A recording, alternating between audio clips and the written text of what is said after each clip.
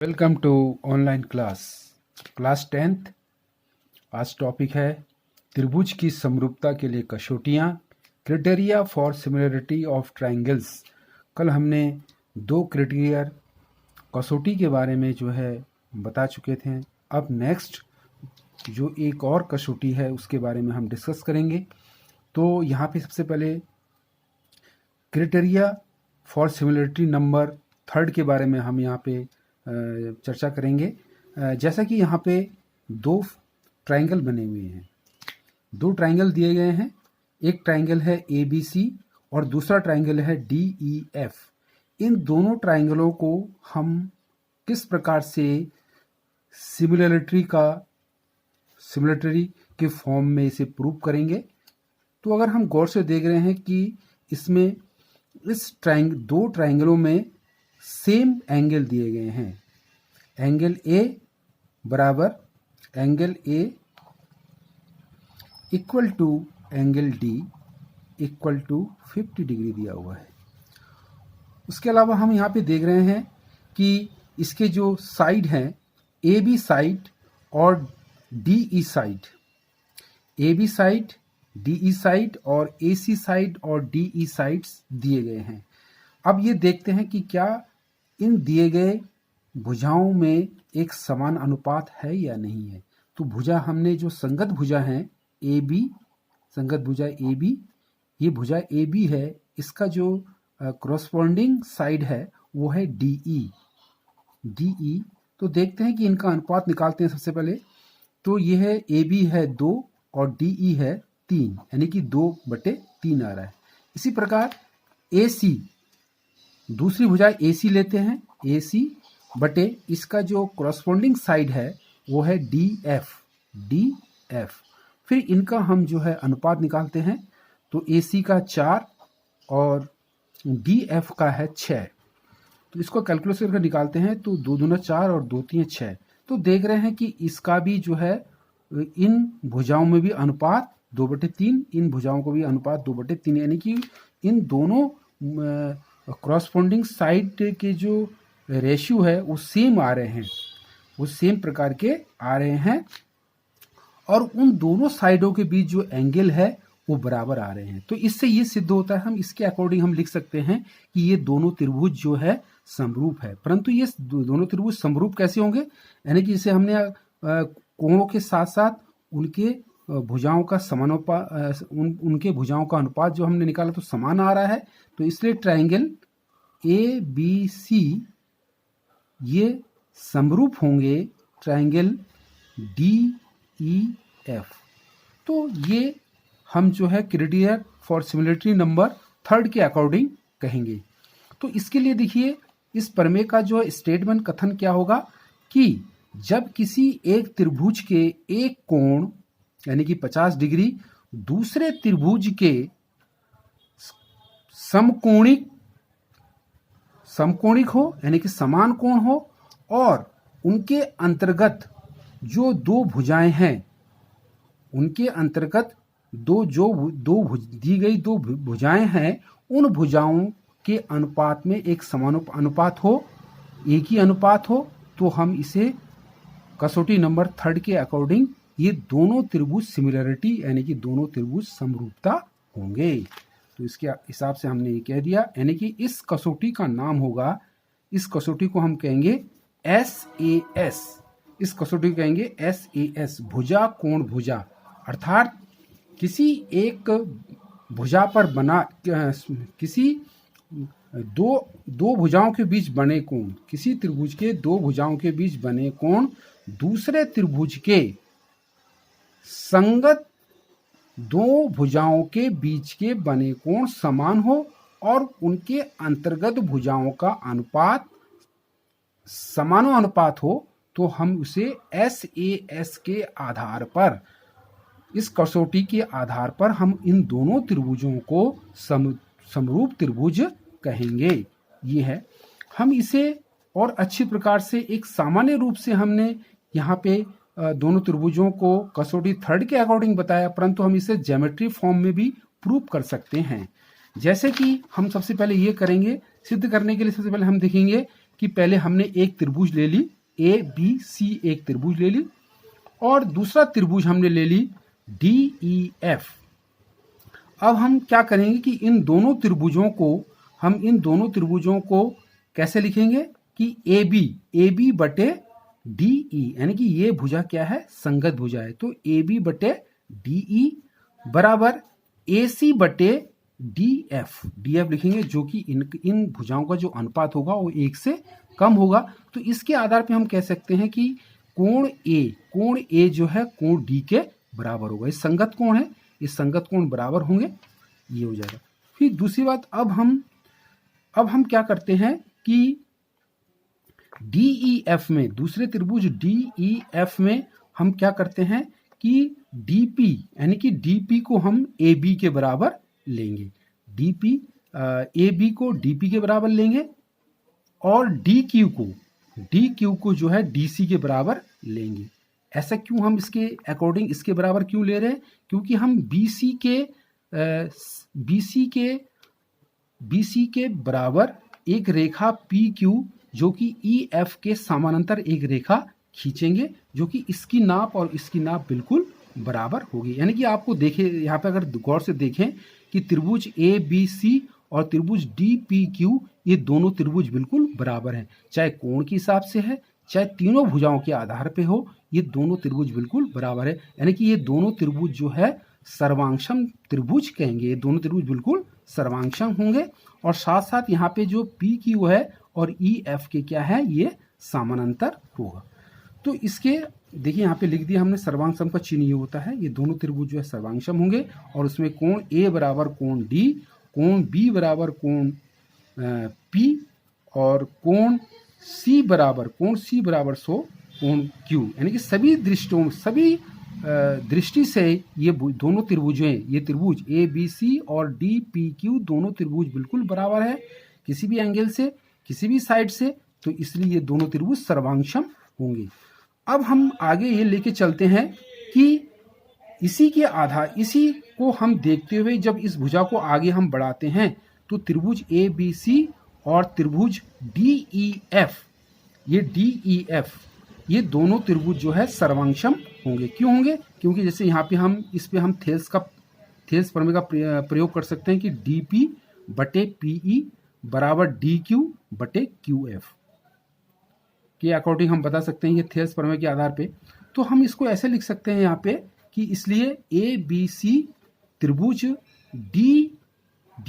DEF, ये दोनों त्रिभुज सर्वांगसम होंगे, जबकि भुजाओं के अनुपात और कोणों के आधार पे हम इसे बता सकते हैं। क्यों? जैसे हमने अभी ऊपर प्रूव किया कि इस भुजा AB और बटे, अगर हम पूरी ये भुजा लेते हैं DE, इनका जो अनुपात समानुपात आएगा, और दूसरी भुजा AC बटे DF, जो कि इनके भुजाओं का अनुपात भी बिल्कुल समान आएगा। उनके बीच के जो कोण है ये समकोणिक तो है, तो हमें इसके आधार पर कह सकते हैं कि त्रिभुज ABC और DEF जो है समरूप त्रिभुज है। उसी के आधार पे हम क्या करते हैं, यहाँ पे एक समस्यात्मक प्रश्न आ रहा है हमारे पास कि जैसे यहाँ पे फिगर में दे रखा है कि हमने इस प्रकार से दो रेखाएं ली PQ और RS, जो कि PQ RS एक दूसरे के बिल्कुल समानांतर है। तो हमें अब समानांतर है तो हम इस कोने को इस कोने से मिलाया, इस कोने से इस कोने को मिलाया, तो इस प्रकार का एक ट्रायंगल बन गया, और दोनों रेखाएं जो है बिंदु O पर कट कर रही है। तो इसके आधार पे दो त्रिभुज बन रहे हैं POQ और दूसरा बन रहा है ROS। क्या ये दोनों त्रिभुज सर्वांगसम होंगे? इसके लिए थोड़ा सा हम इसे प्रूव करने की कोशिश करेंगे। जैसे सबसे पहले हम तो ये लिखेंगे कि यहाँ पे जो PQ है वो RS के समानांतर है। जहाँ समांतर वाली बात आ रही है तो इसके मतलब कि समांतर वाली रेखाओं को जब हम मिलाते हैं तो उन मिलाने वाली रेखाओं में कोण समकोणिक हो रहे हैं कि नहीं, भुजाओं का अनुपात समानुपात हो रहा है कि नहीं, उसके आधार पे हम जो है यहाँ पे प्रूव करना सीखेंगे। तो जैसे यहाँ पे कोण P बराबर कोण S, देखिए यहाँ पे कोण P बराबर कोण S, हम कोण P को S के बराबर लेंगे। क्यों? क्योंकि कोण P और कोण S जो है एकांतर कोण होगा। कोण P कोण S जो है एकांतर कोण होगा, और साथ साथ कोण Q और कोण R जो है एकांतर कोण होगा। उसके बाद हम आगे और चीज देख रहे हैं कि ये दोनों रेखाएं एक दूसरे को कट कर रही, प्रतिच्छेद कर रही है बिंदु ओ पे। तो इसके मतलब ये कोण और ये कोण जो है बराबर होंगे, किस आधार पे? शीर्षाभिमुख कोण के आधार पर। परपेंडिकुलर एंगल के अकॉर्डिंग होगा ये शीर्षाभिमुख कोण। ये देखिए ये वाला, ये दोनों शीर्षाभिमुख कोण होंगे।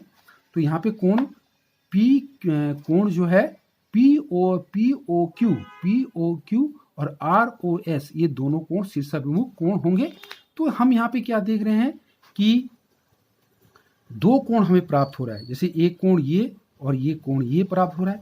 फिर इस त्रिभुज की बात हम देख रहे हैं कि ये कोण ये और ये वाला कोण एक प्राप्त हो रहा है। फिर हम अगर त्रिभुज पे गौर पे देखेंगे तो Q जो है R के एकांतर कोण है, P जो है S का एकांतर कोण है, यानी कि इस त्रिभुज में तीन कोण बराबर प्राप्त हो रहे हैं। इस त्रिभुज में तीन कोण प्राप्त हो रहे हैं और वो तीनों कोण क्या है? संगत कोण है, समान संगत कोण है। तो यानी कि इसमें जो है हम इन दोनों त्रिभुज को जो है हम समरूप त्रिभुज मानेंगे, यानी त्रिभुज PQO और ROS को समरूप त्रिभुज मानेंगे, परंतु किस कसौटी के आधार पे? AAA समरूपता के आधार पे, AAA कसौटी के आधार पे इन दोनों त्रिभुजों को समरूप त्रिभुज कहेंगे। तो यहाँ पे देखिए दोनों त्रिभुज तो समरूप है, परंतु उनके गुणधर्म हमें गुणधर्म के आधार पे क्लियर करना पड़ेगा कि ये दोनों त्रिभुज समरूप है तो है क्या है। तो यहाँ पे AA देखिए, यहाँ पे तीनों कोण आ रहे हैं, इसके भी तीनों कोण बिल्कुल एक जैसे आ रहे हैं। तो इन AAA कोण के आधार पे हम जो है दोनों त्रिभुज को समरूप त्रिभुज कहेंगे। अब हम नेक्स्ट जो अगला जो हमारा बहुत ही इंपॉर्टेंट है टॉपिक है, वो है समरूप त्रिभुजों का क्षेत्रफल। अगर दो त्रिभुज दिए गए हैं तो उन दोनों त्रिभुजों के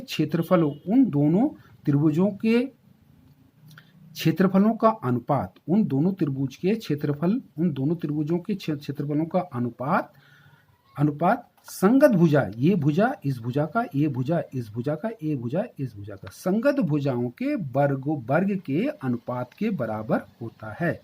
संगत भुजाओं के अनुपात के वर्ग के बराबर होता है। ये इसकी थीम है, ये इसका प्रमेय है। हम इसे प्रूव करेंगे।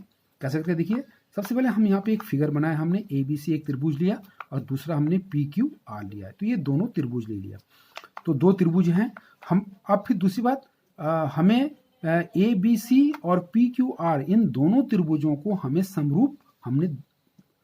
समरूप माना कि ये दोनों त्रिभुज समरूप है। तो इसके मतलब स्वाभाविक बात, समरूप हमने माना तो इनकी संगत भुजाएं बराबर होगी, संगत भुजाएं आपस में बराबर होगी और संगत भुजाओं का जो अनुपात वो बराबर होंगे और उनके जो कोण होंगे संगत कोण वो भी आपस में बराबर होंगे। तो हमने इन दोनों त्रिभुज को समरूप त्रिभुज तो मान लिया, परंतु उनके देखेंगे इन दोनों त्रिभुजों के क्षेत्रफलों का जो अनुपात है संगत भुजाओं के अनुपात के वर्ग के बराबर होता है। ये इसका स्टेटमेंट है। कैसे करेंगे देखिए, तो सबसे पहले हम लेंगे त्रिभुज ABC में त्रिभुज ABC का क्षेत्रफल बटे त्रिभुज PQR का क्षेत्रफल निकालेंगे। तो हमें क्या प्रूव करना है कि त्रिभुज ABC का क्षेत्रफल बटे त्रिभुज PQR equal to AB square बटे PQ का स्क्वायर बराबर BC का स्क्वायर बटे QR का स्क्वायर, AC का स्क्वायर बटे BR का स्क्वायर। जो हमारा स्टेटमेंट है उसके अकॉर्डिंग हमें ऐसे इसे प्रूव करना है। स्टेटमेंट ये बता रहा है। फिर हम आगे इसको चलेंगे। फिर सबसे पहले हमें क्या करना पड़ेगा, इन दोनों त्रिभुजों का क्षेत्रफल ज्ञात करना पड़ेगा। तो इन दोनों त्रिभुजों का क्षेत्रफल ज्ञात करने के लिए कि हमें क्या करेंगे कि एक शीर्ष लंब डालेंगे, यानी कि A से और BC पर एक बिंदु M लेंगे, जो कि A और M को जब मिलाते हैं तो इस AM रेखा को हम शीर्ष लंब कहते हैं, यानी कि जिस पे कि बिल्कुल 90 डिग्री का कोण बन रहा है। तो इस पर भी जो है हम एक दूसरा बिंदु जो है P से यहाँ पे बिंदु N लेते हैं, एक बिंदु N, तो PN एक लंब खींचते हैं, तो हमें इस प्रकार से शीर्ष लंब प्राप्त होता है। तो AM और PN जो है शीर्ष लंब हमें प्राप्त हो जाता है। तो हम त्रिभुज, जब शीर्ष लंब पता होगा तो त्रिभुज हमें ABC का क्षेत्रफल निकालने में सहूलियत होगी। तो यहाँ पे त्रिभुज ABC का क्षेत्रफल बराबर हो जाएगा, जैसे हमें पता है कि त्रिभुज का क्षेत्रफल अगर उसकी ऊंचाई पता हो, आधार पता हो, तो त्रिभुज का क्षेत्रफल होता है 1/2 आधार, 1/2 आधार यानी कि BC और ऊंचाई क्या है AM। ये पहला हो जाएगा। इसी प्रकार त्रिभुज जो है पी क्यू आर का क्षेत्रफल हो जाएगा 1/2, आधार हो जाएगा क्यू आर, और लंब कितनी हो जाएगी, ऊंचाई पी एन हो जाएगा। इस प्रकार से लिख देंगे।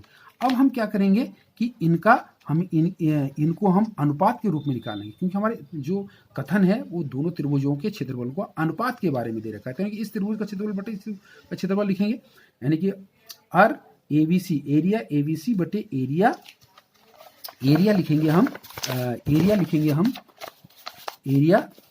लिखेंगे इस प्रकार से कि ए बी सी का क्षेत्रफल बटे पी क्यू आर का क्षेत्रफल लिखेंगे। इस प्रकार से हम लिखेंगे। फिर उन दोनों का क्षेत्रफलों का अनुपात भी ऐसे निकाल देंगे। तो 1/2 से 1/2 कट जाएगा, तो हमारे पास क्या बचा, BC गुणा गए AM बटे QR गुणा गए PN। ये हमारा इक्वेशन नंबर फर्स्ट हो गया। अब हमें जैसे दिया गया था कि अब त्रिभुज ABM और त्रिभुज PQN, उसमें कोण B बराबर Q